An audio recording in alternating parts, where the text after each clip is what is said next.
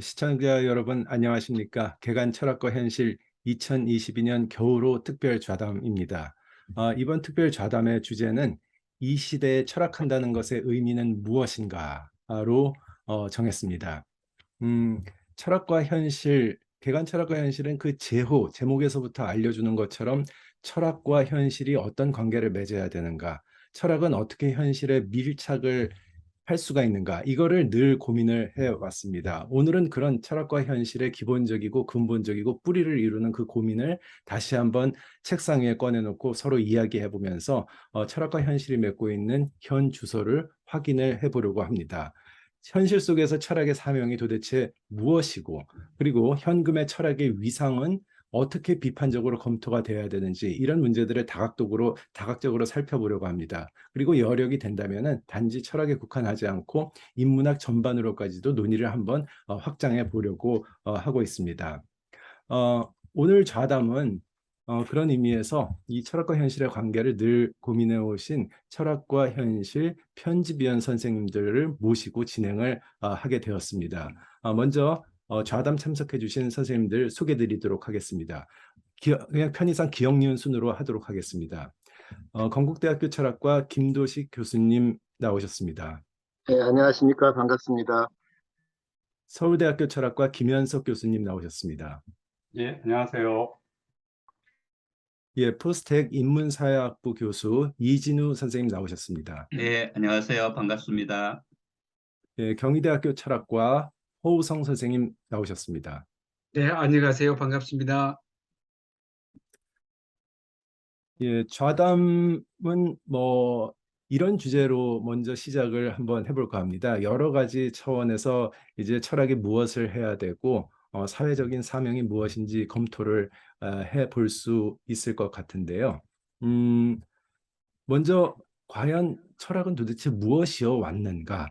좀 과거를 회고적으로 바라보면서 역사 속에서 철학이 어떤 모습으로 사회 속에서 인간들 사이에서 일을 해왔는지를 먼저 좀 한번 검토를 해보면 좋을 것 같습니다. 그럼 앞으로 우리 사회에서 철학이 무엇을 해야 하는지에 대한 그런 좌표 찾기도 용이할 것 같은데요.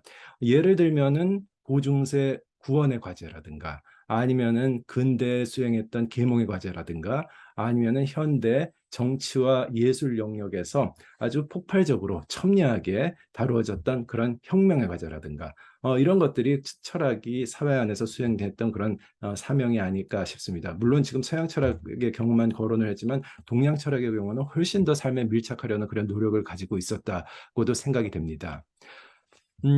이런 철학의 역사적인 흔적들, 철학이 그려낸 역사적인 흔적들, 이런 것들에 대해서 먼저 말씀을 해주시면 좋겠습니다. 그냥 편하게 시작을 해주시면 좋을 것 같은데요. 이지훈 선생님께 부탁드릴까요? 글쎄, 이제 이게 사실 상당히 어려운 주제인데요. 철학의 과제가 무엇이고 또 21세기에 철학한다는 것의 의미가 무엇인가 하는 것이 오늘의 주제인데요. 이제 서동욱 교수님이 말씀하신 것처럼 역사적으로 돌이켜보면 예컨대 고중세에는 구원의 과제가 있고 근대는 계몽의 과제가 있고 현대는 혁명의 과제가 있었던 것 같다. 이렇게 서술은 할 수 있을 것 같아요. 그런데 문제는 우리가 철학과 과제를 연결시키다 보면 항상 철학과 연관되어 있는 편견과 선입견을 더 강화한다는 그런 느낌을 갖습니다. 예컨대 과제라는 것은 뭔가 풀어야 될 게 있는 거잖아요. 대부분 21세기의 주요 학문들, 저희 과학으로 불려드는 학문들은 문제를 해결하는 이런 과제를 가지고 있다고 사람들이 생각을 합니다. 그러면 똑같이 그러한 정의를 철학에도 적용을 합니다. 철학은 어떤 문제를 해결하는가 이렇게 이야기를 하는데 21세기에 인류가 직면하고 있는 그러한 여러 가지 문제들을 해결하는데 철학이 별로 쓸모가 없는 것 같다. 뭐 이렇게 많은 사람들이 생각하는 것 같거든요. 그렇죠? 예컨대 뭐 21세기 가장 대표적인 문제라고 할 수 있는 극단적인 사회 불평등 또는 뭐 기후변화 이런 것들에 관련해서 과연 철학이라는 것이 어떤 정도로 어떤 측면에서 기여를 할 수 있을 것인가 이렇게 질문을 던지면 많은 사람들이 회의를 하는 것 같습니다. 그래서 우리가 이제 철학의 과제라기보다는 오늘 주제의 제목이 말해주는 것처럼 철학한다는 것의 의미는 무엇인가 여기에 이미 답이 들어있다고 저는 생각을 해요. 철학은 항상 의미에 관한 질문이었다고 생각을 하거든요. 예를 들자면 뭐 19세기, 20세기에 과학이 발전할 때 그 당시에 아주 대표적인 논쟁 중에 하나가 인문학과 과학과는 어떤 차이가 있는가? 특히 이제 인문학의 대표라고 할 수 있는 철학과 과학과 다른 점이 무엇인가? 이렇게 이야기할 때 우리는 항상 이렇게 접근해 왔습니다. 과학은 무엇인가를 설명을 하고 예를 들자면 철학을 비롯한 인문학은 이해를 돕는 학문이다. 그러니까 설명과 이해가 다르다는 것이죠. 이런 또 다른 식으로 서술을 하면 예컨대 과학은 해결에 초점을 맞춘다고 그런다면 철학을 비롯한 인문학은 무엇인가를 해명하려고 그런다. 이렇게 이제 볼 수가 있을 것 같아요.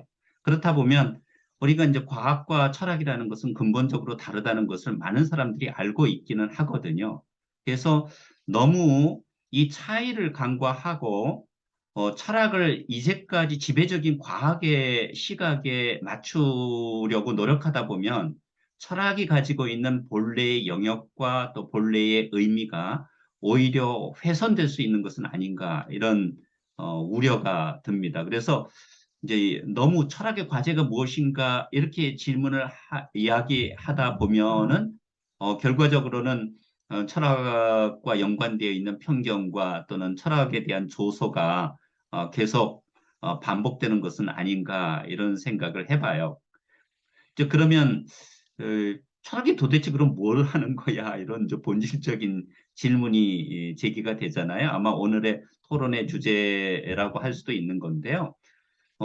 재미있는 것은 거꾸로 돌이켜보면 고중세는 구원의 과제를 담당한 것처럼 보였다고 여겨지고 아니면 현대의 경우에는 혁명의 과제를 수행했다고 생각이 들 수도 있지만 당시에 활동했던 철학자들이 이런 과제를 가지고 철학을 했다고 저는 생각하지 않습니다.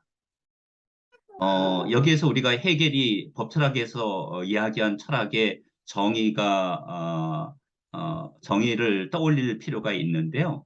법철학 서문에서 이런 이야기를 하죠. 철학이란 자기가 살고 있는 시대를 사상을 통해서 포착하고 파악하는 것이다. 이렇게 이야기를 했거든요. 그러니까 모든 위대한 철학들은 당대의 현실이 어떠한 것인가를 갖다가 인식하고 그 인식의 산물을 갖다가 개념적으로 서술하려고 그런 것이 철학이었다고 그런다면 결과적으로는 예컨대 2000년 전에 철학자들이 그 당시의 현실이 무엇인가를 갖다가 해명하려고 노력했다고 그런다면 21세기에 우리가 살고 있는 지금의 시대가 구체적으로 어떤 것이고 본질적으로 또 어떤 것인가를 갖다가 해명하려고 그러는데 철학의 의미가 있는 것이 아닌가 일단 이렇게 생각해 봅니다. 네.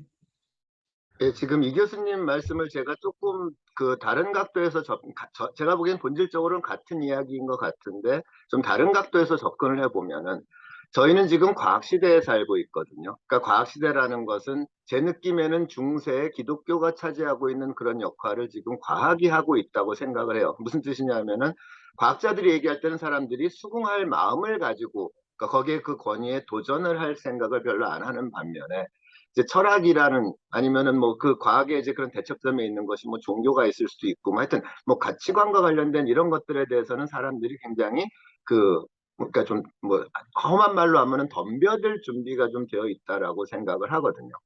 그럼 이제 철학이라는 것이 이제 과학은 어떤 질문이 주어졌을 때 답을 하는 것이다라고 이야기를 한다라고 할 때 철학은 물론 뭐 저희가 어떤 질문에 대해서 답을 하는 것도 저희가 할 수 있는 영역 중에 하나이기는 하지만은 철학이 과학과 대비될 수 있는 가장 핵심적인 부분은 그 질문 자체를 문제 삼는 아니면 질문을 던지는 것을 중심으로 하는 것이 아닐까라고 생각을 해요. 그래서 아까 저희가 이 시작을 할 때도 철학의 사명이 무엇이었나라는 질문을 던지셨을 때 저는 이진우 교수님의 대답을 그런 게 있기는 있어? 거기서부터 논의를 해야 되는 거 아니야? 라고 저는 이해를 했고 그 자체가 사실은 철학이 보여주는 굉장히 핵심적인 부분을 표현하신 것이 아닌가라고 이해를 했었습니다. 그래서 그럼 우리의 지금 현실로 돌아와서 철학이 물론 어떤 뭐 혁명 같은 이야기를 뭐 막스처럼 할 수 있고요. 아니면 옛날에 구원 같은 중세의 그런 얘기를 할 수 있고 시대적인 어떤 흐름에 대해서 무언가를 포착하고 일반인들에게 던지는 작업을 할 수 있는 건 사실이지만은 오히려 철학자들에게 던져진 질문은 일반인들은 세월이 흘러가면 이렇게 시대가 이렇게 흘러가면은 그 흘러가는 것에 대해서 되게 맞추어서 가려는 성향이 많거든요. 근데 철학하는 사람들은 이렇게 가는 게 맞아? 아니면 이렇게 간다라는 게 도대체 어떤 방향으로 가는 거야? 라는 종류의 그 질문들을 던진다는 면에서 일반적인 다른 사람들하고는 좀 다른 역할을 하지 않을까. 그래서 제가 말씀드린 걸 한마디로 요약을 하면은 기존에 던져진 질문들에 대해서 되질문을 던지거나 아니면은 그 자연스럽게 흘러가고 있는 어떤 현실에 대해서 이것의 방향성이 어떠한지, 그것이 바람직한 방향인지, 뭐 이런 종류의 질문을 던지는 것이 철학의 사명 중에 아닐까라고 생각을 해봤습니다. 예, 두 분 선생님 말씀 감사합니다. 두 분 선생님 말씀을 뭐 너무 풍부한 내용이라서 요약하기는 그렇지만 간단히 좀 표현을 해보자면은 여러 흘러가는 삶도 좋고 아니면 다른 학문들도 좋고 이런 것들을 개념을 통해서 다시 재포착하는 이런 데서 일단 철학의 역할을 확인해 주셨던 것 같습니다. 음, 제가 관심 가졌던 것은 뭐 철학이 어떤 학문적인 형태를 가지기 전에 이 삶 속에서 도대체 어떻게 살 것인가 이런 문제에 대해서 답을 해주는 경우는 없었는가 또는 철학에 대해서 그걸 기대했던 시대는 없었는가 뭐 이런 개인적인 의구심으로부터 저는 한번 출발을 해봤습니다. 뭐 예를 들자면 사실 소크라테스가 질문을 던지고 답하려고 했던 것도 도대체 아테네라는 그 공동체 안에서 어떻게 하는 게 잘 사는 것인가 이 진짜 삶의 구체적인 지표 찾기와 그의 질문은 연관이 돼 있었다고 생각을 하고요. 그다음에 뭐 또 플로티누스 역시 당대 구원에 대한 욕구에 대해서 이 사변적으로 답을 해주려는 그런 노력이 그의 철학의 핵심이지 않았나 하는 그런 아주 좀 실천적이고 현실 밀착적인 그런 철학적인 물음은 없었는가 한번 되돌아 봤었습니다. 뭐 이런 차원에서 보자면 오히려 동양 철학 쪽에서 더 풍부한 말씀을 해주실 수 있을 것 같다는 생각이 드는데요. 허우성 선생님께 말씀 좀 부탁드리겠습니다. 아유, 그러니까 제가 드릴 말씀을 잘 끌어내신 것 같아요. 저는 이제 사실 수십 년 동안 이제 불교 철학, 초기 불교, 그다음에 초기 불교 빨리어로 된 불교, 산스크리트 그런 것도 있고, 그다음에 한자 불교가 있고, 한국 불교사의 개별적으로 가령 무슨 만해다, 용성이다, 예를 들면 성철 스님이 이 현실에서 어떤 부분에 반응을 했는지 늘 관심을 갖고 글도 써왔는데, 근데 이제 그렇게 이제 전 철학함의 의미에 대해서 제가 아무래도 불교 철학을 공부했으니까 불교 철학 입장에서 말씀드리는 것이 그래도 오류를 적게 범할 것 같습니다. 사실은 불교의 입장에서 보면 2500년 전의 중생이나 오늘날의 한국의 시민 중생 별로 다를 것이 없다고 말할 겁니다. 그리고 부처의 입장에서 보면 모든 중생은 탐진치, 탐욕, 분노, 무지를 갖고 있어요. 이제 그러니까 이제 탐욕, 무지, 분내를 너 인생에서 이런 것들은 고통을 주니까 너 인생에서 빼라, 제거해라. 그러면 고통은 없어지고 이제 그 행복이 올 거다. 그러면 이상적인 인격의 보살이나 아란이 될 거라 이렇게 이야기했어요. 그런데 세상은 사실은 그 이후에도 별로 달라진 것이 없어 보입니다. 오늘날을 살아가는 대부분의 한국 시민 중생, 그렇죠. 시민 중생으로 부릅니다. 거의 본능적으로 탐욕, 분노, 무지가 있는 것 같아요. 그래서 이제 붓다가 내세운 사성제, 고진멸도, 뭐 인생은 고다, 이거는 우리는 욕망이다. 그래서 그런 일은 없앨 수 있다. 마이간 팔정도를 따라가면 니르바나에 도달한다. 그러게 이제 그럼 오늘날 불교를 전공한 학자라면 이런 탐욕, 분노 혹은 불합리한 판단, 무지가 인간 사회의 모든 차원에서 작동하는 것을 확인하고 감소시킬 수 있으면 좋겠습니다. 그런 길을 찾았으면 좋겠어요. 그런데 이제 탐욕, 분노는 그대로인데 그 작동의 장소는 훨씬 다양해지고 그 작동 방식은 더 교모해진 것 같습니다. 가정, 사회, 국제관계에서도 작동하고 인터넷 공간, 신문, TV에서도 뭐 탐욕이나 증오가 파고드는 것 같습니다. 이른바 사실이라는 것도 증오와 혐오를 실어 나르는 수단에 불과한 거 아닌가 그런 생각할 때가 있습니다. 그렇게 불교의 입장에서 보면 저는 이제 그 시대 과제 이런 말에 조금 이제 마음에 거슬리는 건 아니지만 불교의 입장을 충분히 반영하지 못하는 것. 불교의 입장에서는 훨씬 더 통시적인 관점을 취하기가 쉬워 보입니다. 물론 21세기는 이제 전 세기보다는 진보한 면이 있죠. 개인의 주관성이 더 강조되고 또 개인을 가능하게 하는 민주주의 사례도 있고요. 또 이제 그런데 과학 기술이 가져다 준 인터넷 매체 같은 것은 그 시각적인 자극을 훨씬 강화하고 동시에 이제 탐욕과 분노를 더 널리 전파할 가능성이 높아진 것. 그래 합리적인 사유가 훼손될 공간이 훨씬 더 확장된 거 아닌가 저는 그런 생각을 합니다. 전 그래서 이제 어떤 의미의 팬덤이든 그것이 문화적인 거든 정치적인 것이든 부정적인 면이 있어 보이는 거예요. 그러니까 합리적인 사유, 생각을 방해하는 것도 심하면 이제 마비할 수 있다고도 생각이 듭니다. 이제 사실은 그래서 동양 철학, 저는 불교 철학을 했습니다만 이제 유가 철학 같은 경우에도 아마 비슷한 입장 취할 거 아닌가 싶어요. 그래 공자의 인, 뭐 맹자의 사단, 뭐 척언지심, 수호지심, 사형지심, 십이지심이 현대 사회에서 얼마나 실현되는지를 물을 것 같은 거예요. 그러면 2500년, 뭐 2000년 전이나 지금이나 다를 바 있을까라는 이런 질문을 하기 쉬워 보입니다. 일단 이렇게만 우선 말씀드리겠습니다. 네, 허우성 감사합니다. 교수님 말씀 듣고 나니까 갑자기 떠오르는 생각이 있는데요. 그러니까 뭐 철학의 근본적인 질문이 뭐 서양이든 동양이든 어떻게 하면 잘 사는 것인가라고 만약에 가정을 한다면 소크라테스의 질문도 어떻게 하면 잘 사는 것인가에 관련된 대답을 찾는 과정이라고 볼 수 있잖아요. 그러면 이제 동양 철학의 경우에는 특히 이제 불교의 같은 경우에는 탐욕과 분노를 갖다가 없애고 마음을 가능한 한 평정하게 이제 만드는 것이 잘 사는 길 중에 하나이다. 이렇게 생각할 수 있을 것 같아요.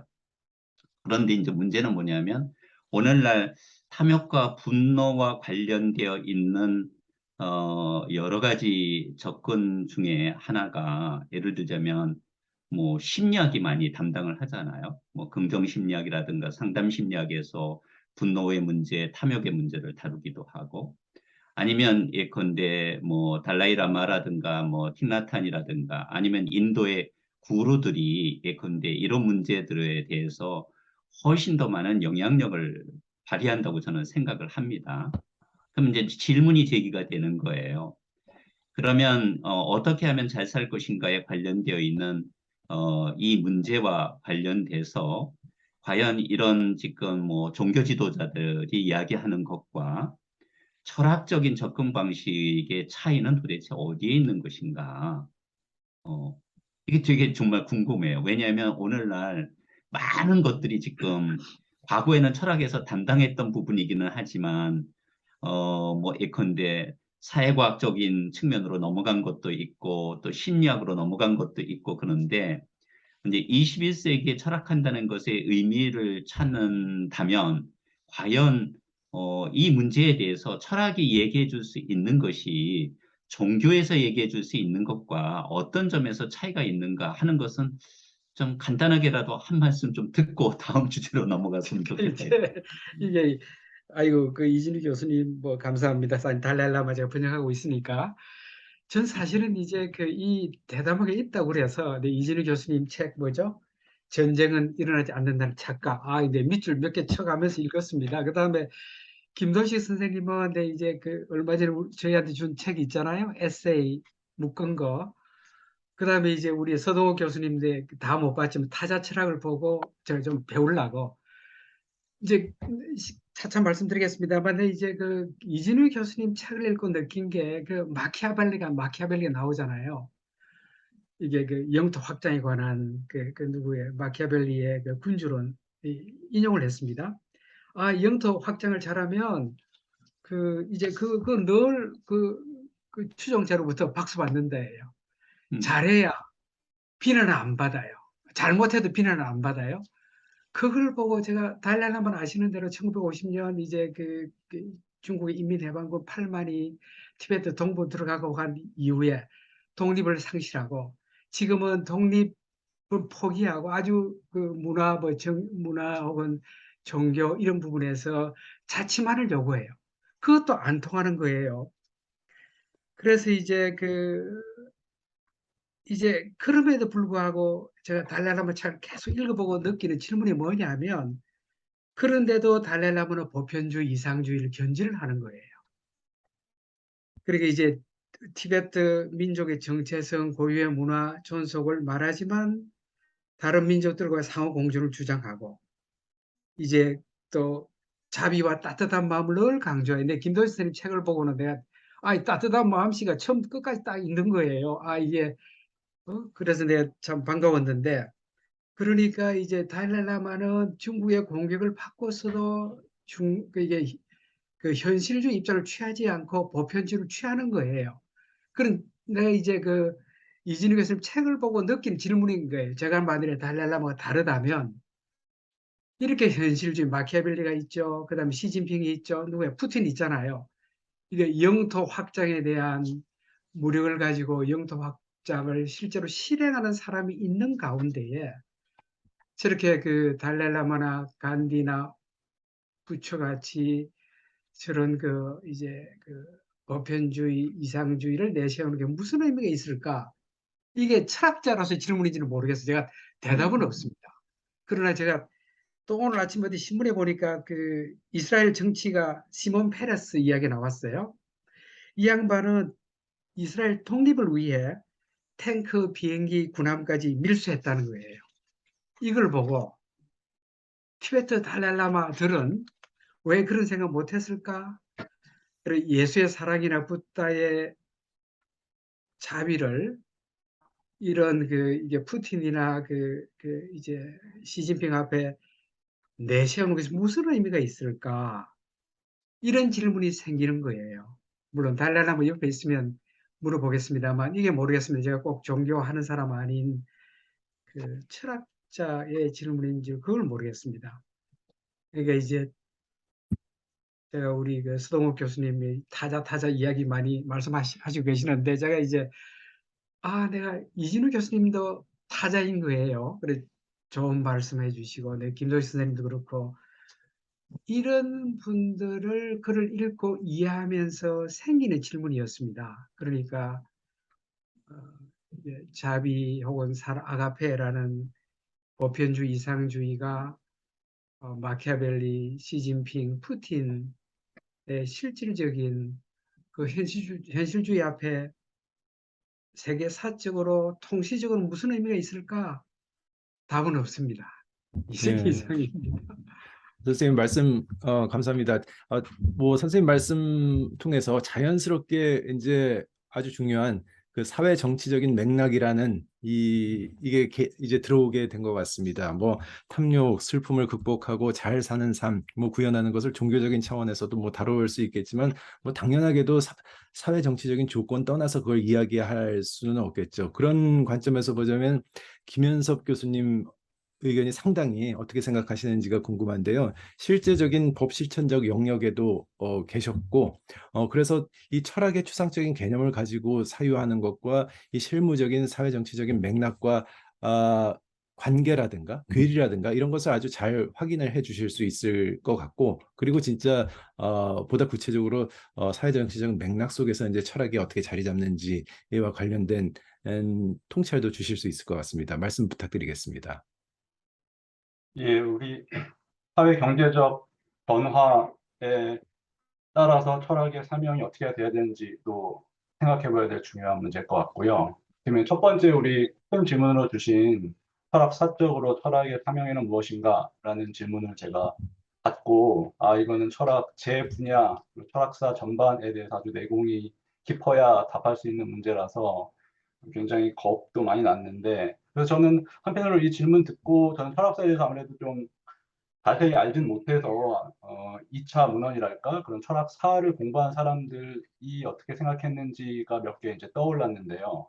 예를 들어서 뭐 고대 철학에 대해서 피에르 아도나 뭐 존 쿠퍼 같은 사람이 이제 우리가 이론이나 논변도 그 자체로 의미를 갖는다기보다는 이제 잘 살기 위한 삶의 방식의 하나였다. 그러니까 철학하는 것도 삶의 방식, 삶에 대한 태도에 대해서 성찰하고 그 선택한 생활 양식을 이제 체화하는 수련 과정이라는 의미가 굉장히 컸다. 이런 의견이 좀 떠올랐습니다. 그러니까 예를 들어서 뭐 죽음이라고 하는 굉장히 어려운 문제에 대해서 이걸 어떻게 현명하고 용감하게 대처할까 이런 능력을 배양하는 것을 중심으로 보면은 이제 뭐 에피쿠로스라든가 이런 죽음에 대한 어떻게 보면은 사변적으로 보일 수 있는 논변들의 의미가 더 살아날 수 있다. 뭐 이런 사례도 그렇고요.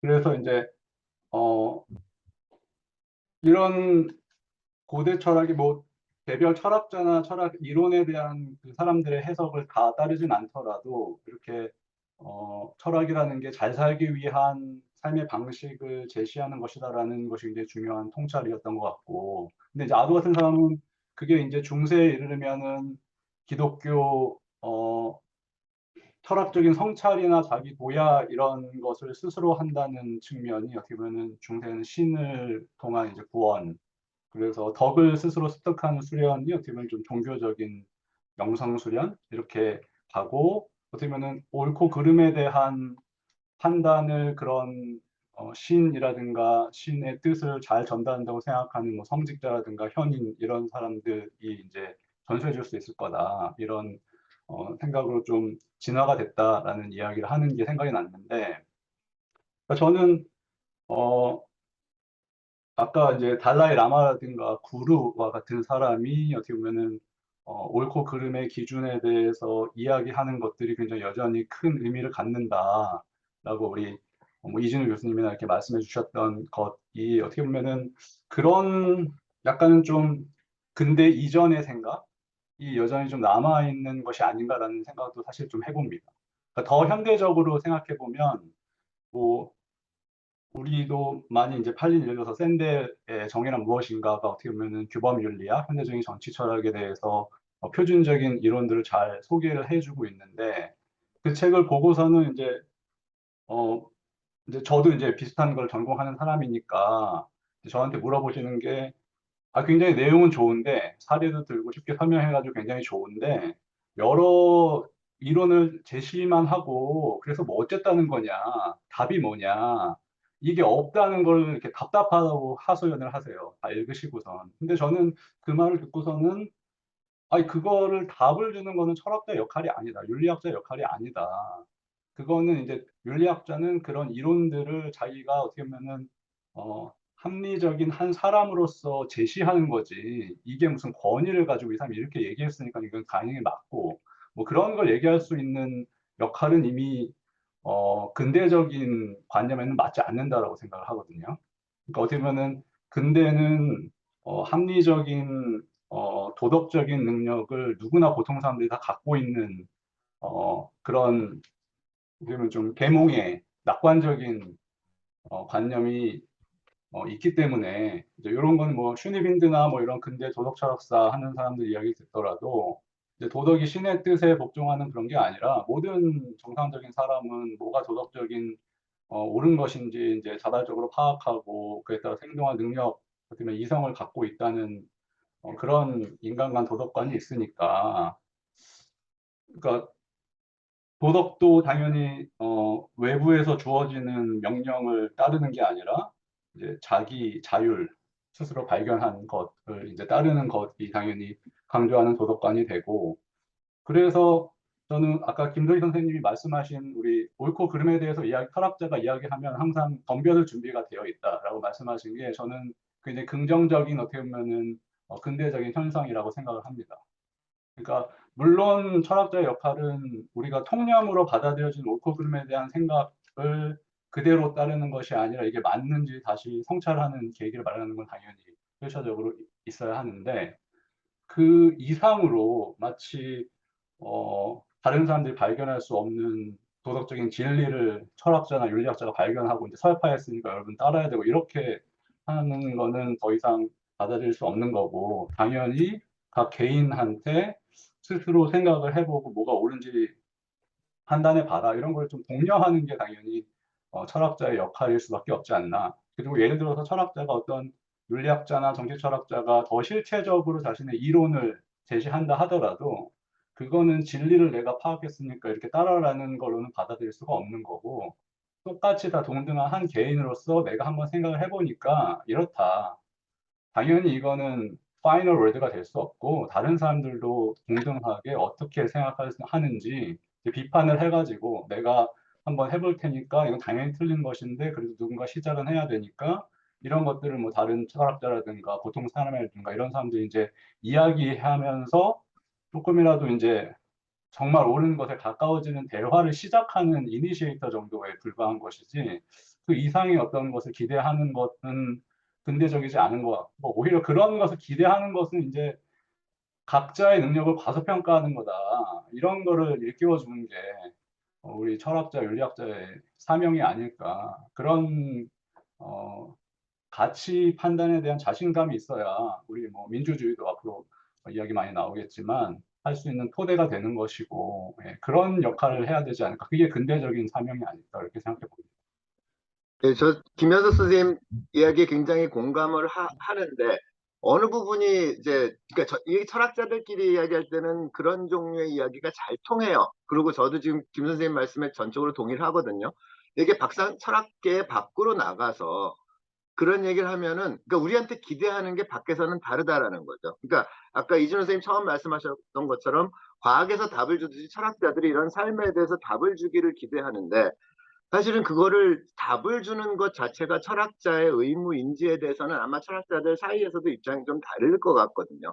그런 의미에서 철학이라는 것이 답을 정리해서 요점 정리해 주는 그런 역할은 아닐 수도 있다라는 것을 저희가 일반인들에게도 좀 소개할 필요가 있지 않나라는 생각을 하기는 했었어요.